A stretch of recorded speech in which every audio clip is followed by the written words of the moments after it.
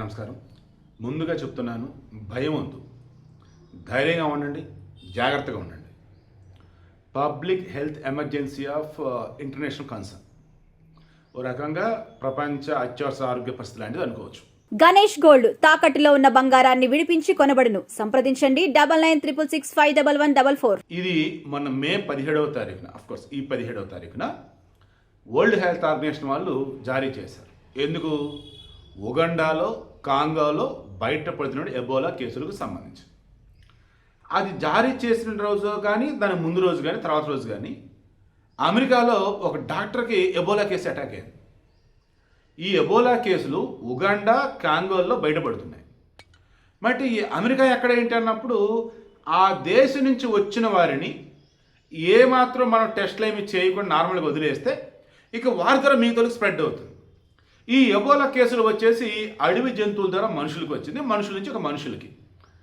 ఈ Ebola virus గతంలో కూడా ఉండే, మరణాలు కూడా సంభవించాయి.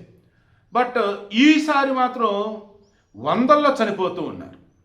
కరోనా వైరస్ వస్తే చనిపోయే పర్సంటేజ్ ఏదైతే ఉందో తక్కువ, ఎబోలా వస్తే చనిపోయే పర్సంటేజ్ ఎక్కువ.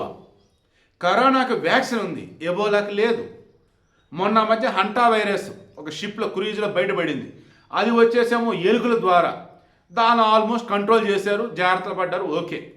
బట్ ఇప్పుడు ఎబోలా వైరస్ వచ్చేసి ఎలా వణికిస్తుందంటే, మొన్న మే 23వ తారీఖున 28 సంవత్సరాల వయసు ఉన్నటువంటి ఒక ఉగండా మహిళ కెంపెగౌడ అంతర్జాతీయ విమానాశ్రయం బెంగళూరుకి వచ్చింది. ఆమె వచ్చినప్పుడు కొంచెం నీరసంగా ఏదో ఉంది. ఒక హోటల్లో చెక్ ఇన్ అయింది. హోటల్లో చెక్ ఇన్ అయిన తర్వాత చూసుకుంటూ ఉంటే నీరసంగా ఉంది, ఫీవర్ లక్షణాలు లేవు, కూడా కొంచెం తేడా కొడుతుంది. అవి ఎబోలా సిమ్టమ్స్ లాగా అనిపించాయి. ఎందుకైనా మంచిదిరా బాబు అని చెప్పేసి గవర్నమెంట్ ఆసుపత్రి ఒక సెపరేట్ ఐసోలేషన్ వాటిలో ఆమెను ఉంచి, మన దగ్గర ఒక దరిద్రం, నేషనల్ ఇన్స్టిట్యూట్ ఆఫ్ వైరాలజీ పూణేలో ఉంది, ఆడగ పంపితే శాంపిల్స్ వాళ్ళు టెస్ట్ చేసి అప్పుడు పంపాలి వాళ్ళు. ఇక వాళ్ళకి పంపారు. ఫస్ట్ నివేదిక ఇంకా రాలేదంట, మరల దగ్గర మరలా 2 శాంపిల్స్ పంపాలని అంటున్నారు. ఈ మూమెంట్లో కర్ణాటక సంబంధించి హెల్త్ సెక్రటరీ ఎవరైతే ఉంటారో వాళ్ళు ఏం చెప్పారంటే, దయచేసి వేరే దేశాల నుంచి వస్తున్నాడు, especially African countries, Uganda, Congo, like ఇలా ఆడి నుంచి వస్తున్న వాళ్ళని మాత్రం అబ్జర్వేషన్లో ఉంచండి కొద్ది రోజుల పాటు, వీలైతే వాళ్ళకి వాళ్ళే సెల్ఫ్ ఐసోలేషన్లో ఉండాలని అంటున్నారు. బట్ మన దగ్గర వచ్చిన వాళ్ళు వచ్చిన పని చూసుకుని వెళ్ళిపోతారు తప్ప, వచ్చామా సెల్ఫ్ ఐసోలేషన్లో ఉన్నామా జాగ్రత్తలు పాటించామా అని ఉంటారా? దేశం కానీ దేశం వచ్చేది ఎందుకు? ఏదైనా బిజినెస్ మీట్ ఉంటే, లేదన్నప్పుడు ఏదైనా సెమినార్ ఏదైనా ఉంటే, లేదన్నప్పుడు సంథింగ్ లైక్ దట్, ఏదైనా పని ఉంటేనే వస్తారు. వచ్చిన పని చూసుకుని వెళ్ళిపోవాలని అనుకుంటారు. కానీ మన వాళ్ళు ఇక్కడ వాళ్ళకి ఏం కాదులే, ఏం కాకూడదులే, సరేలే, అదిలే, ఇదిలే అంటే ఆలోచిస్తూ ఉండరు కదా.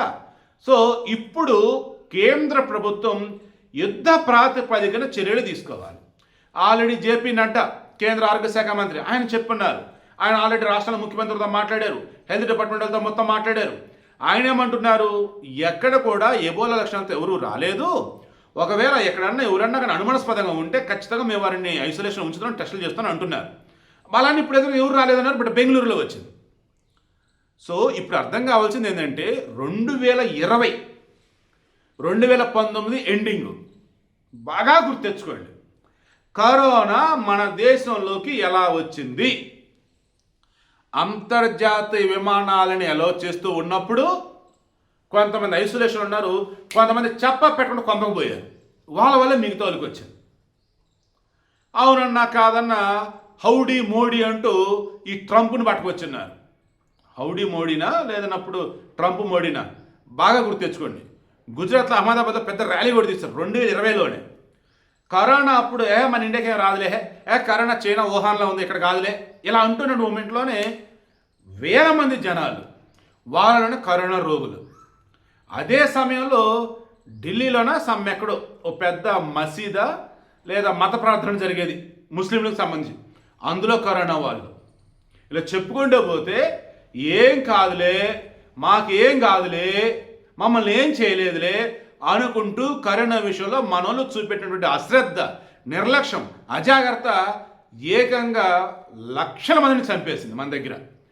ఫస్ట్ వేవ్ అన్న ఒక రకం, సెకండ్ వేవ్ దారుణం అసలు మన దగ్గర అయితే. ఆక్సిజన్ బెడ్స్ లేవు, ఆక్సిజన్ సిలిండర్ లేవు, ఆసుపత్రిలో బెడ్స్ లేవు, సమేదో ట్యాబ్లెట్ ఏదో ఉండే రెమెడీస్ వల్ల సమేదో ట్యాబ్లెట్ అవి లేవు. ఇలా చెప్పుకుంటూ పోతే నరకం చూసింది జనాలు అయితే.